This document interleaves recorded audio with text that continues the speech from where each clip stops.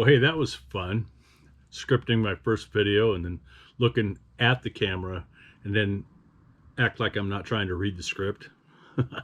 Yeah, that was for this inside video. I'd like to talk to you my tagline, Mending Broken Fences, and how that was given to me to implement. So back when I started the fence company, it was about 2 years after I had my CCB number. There's a store down the street, and there's this guy that used to live behind the trash bins back down there.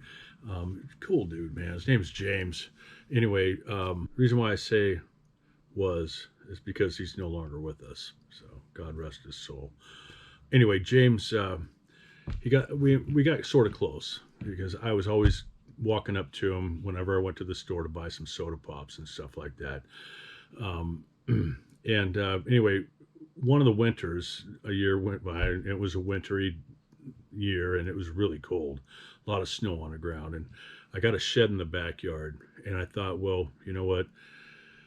Why don't I just see if he wants to go in there for the winter? The walls aren't insulated, but it's a roof, And I talked to my wife, and she said she agreed. And so I went up to James and I asked him. I said, "Dude, hey, I got a shed in the backyard. If you'd like to stay there, it's more welcome to. Come on back there, And so he took me up on the offer. So that was kind of cool. But then, so over time, James was back there, and he watched and he learned what my small business was all about. And while he was in the back shed, I'm sure he heard what was going up in the front shed where I keep all my tools. I talk to my guys at and stuff. And anyway, so also when I come back out of the field, he would be here and he'd, give me some encouraging words and grateful words and stuff like that. Well, one day he told me that Papa, God, he told him to give me this tagline, Mending Broken Fences. And, I believe that God gave him that. I really do, because, I've mended more than just fences in this business. I've really mended more than just fences in this business with that tagline. I've been in situations where customers are at odds with their neighbors because of dogs, ducks, and dorks. Well, anyway, working on the neighbor's fence, or I'm working on the fence, some neighbors come out and they start chatting with me, right? And 9 times out of 10, the odds that are discussed, the fence gets fixed, and so does the relationship between the neighbors. Don't ask me how. I think it's all about God there on that one. But there are those that aren't so, though. There are those that aren't so, though. Sometimes no amount of words can mend a broken relationship between neighbors. Sometimes this dispute is over inches. While I was at this other fence company, I remember one time I was subpoenaed to go to court to be a character witness for one of my customers. And apparently his neighbor decided to put a fence down the property line, but he cut my customer's holly tree up. I mean, it was a nice holly tree, and he didn't ask him. So he just put his fence in. He cut that holly tree up all the way from the ground to 7 feet up.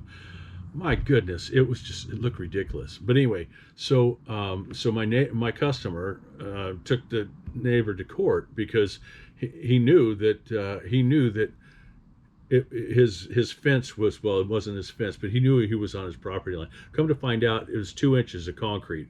The fence was right on the property line, but he was 2 inches over into my customer's yard, and so his neighbor had to move his fence over 2 inches because, well, my customer won the lawsuit because he didn't come over and ask him to cut that tree up. So it was about 150 feet that he had to move for 2 inches. And anyway, so, it really does. It amazes me the extent of bullshit people put people through over a couple of inches. That could have been solved with some hamburgers, apple pie, some vanilla ice cream. Oh, ice cream. Anyway, seriously though, most of the problems I've encountered have really come down to the lack of communication. One doesn't speak with the other. One doesn't speak the same language. One belittles the other, or one just thinks their shit don't stink, and they'll make sure everybody knows it.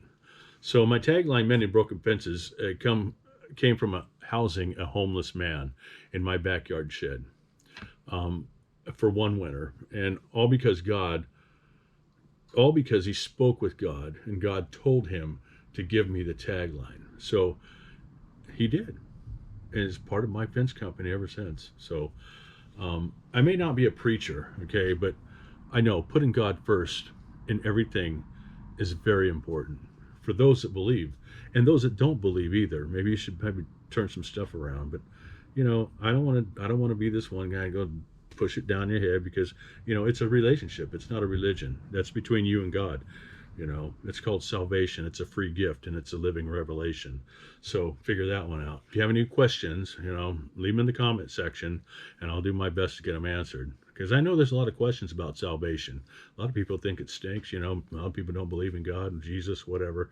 And I knew he was going to come into these videos sometime, but here it is. Just remember, it's salvation. Salvation is a free gift, okay? And if anybody tells you got to work for it, they're worshiping another Jesus Christ than I am. Because the last time I checked, for God so loved the world that he gave his one and only Son, that whoever believes in him shall not perish, but have eternal life. Okay? Because God didn't send his Son in to condemn the world, but he sent his Son into the world to save it.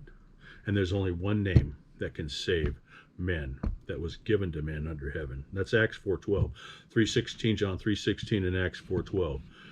But anyway, just hey, look them up if you got time. Dust that Bible off, whatever, open it up. Anyway, there's a lot to it. There is a lot to it, but it's a simple explanation. It really is. It's a free gift. Okay, if you want it, take it. If not, no big deal. It's not like he's gonna push it down your throat.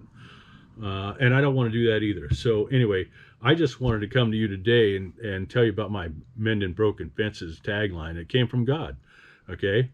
Yeah, it came through man, but that's how the Bible was written too. All right.